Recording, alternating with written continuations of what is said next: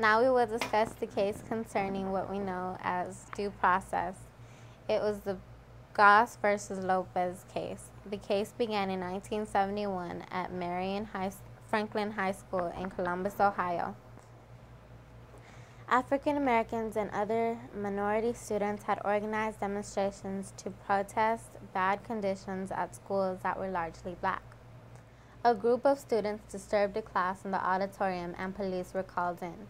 6 students were suspended for 10 days. At another school, Central High School, 75 students were suspended after a disturbance in the cafeteria. Student Dwight Lopez receives 10 days suspension even though he said he was just an innocent bystander. Under Ohio law, principals could issue suspension for up to 10 days without a prior hearing when the student could tell his side of the story. Dwight Lopez joined a lawsuit by 8 other students against Mr. Novell Goss, the school superintendent. The student claimed that the Ohio law violated their right to due process under the 14th Amendment of the U.S. Constitution.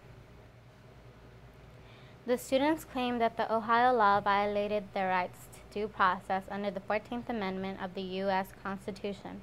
The students had originally won their case in federal court. However, the Columbus, Ohio school system asked the Supreme Court to reverse their decision. So what do you think the Supreme Court decided in this case? I think they decided on the kids' side because due process is for everybody, not just adults. And I think that they voted against the students and for the school. If there was a large disturbance, say a lunchroom fight, where there was a number of students get involved, should there be a hearing prior to the students or a group of students being suspended or sent home?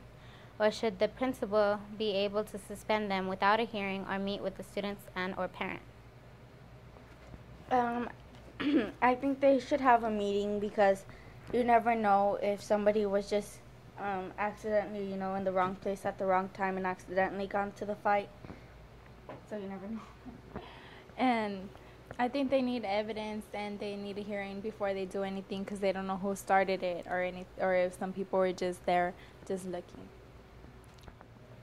Let me read you the decision by the Supreme Court. The decision was announced in January 1975, almost 4 years after the incident. In a narrow decision, 5-4, 5-4, 4 against. The decision of the lower federal court held the due process clause of the 14th Amendment to the Constitution was violated in suspending the students without notice of the charge and a prior hearing. The students won their case. Justice White wrote that refusing to give the students any chance to know why they are being suspended and present their case could seriously damage the students' standing with their fellow pupils and teachers, as well as interfere with the later opportunity for higher education and employment. The court ruled that the students facing suspension must be given an oral or written notice of charge against him. If he denies them an explanation of the evidence, the authorities have an opportunity to present his side of the story. The due process clause requires at least these basic precautions against unfair or mistaken findings of misconduct prior to the suspension. So what do you think about the decision? Were you surprised that the court ruled in the students' favor? No, because they were doing what the right thing is. I think it's really good, and yes, I was surprised because I didn't think that they would have paid much attention to the kids just for the fact that there weren't adults. Why do you think it's important that the students be able to defend themselves against charges that can get them suspended or nowadays being sent to court with criminal charges? Because they may be innocent and they don't want anything like that going on their records because the teachers might think they're bad students or they might not get good jobs.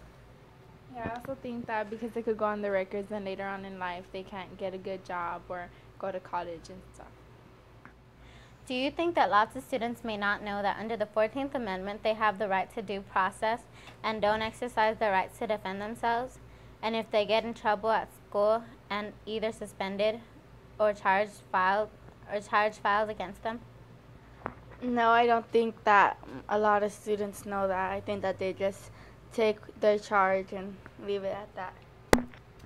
I think that they do know, but if they're guilty, they don't fight against it, just take their punishment. Well, that concludes our show for today, and thank you for tuning into the 411 show. Let us know if you would like to be a guest or perform on our show.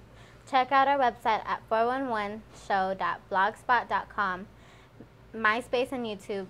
And remember, it's always good to get the 411.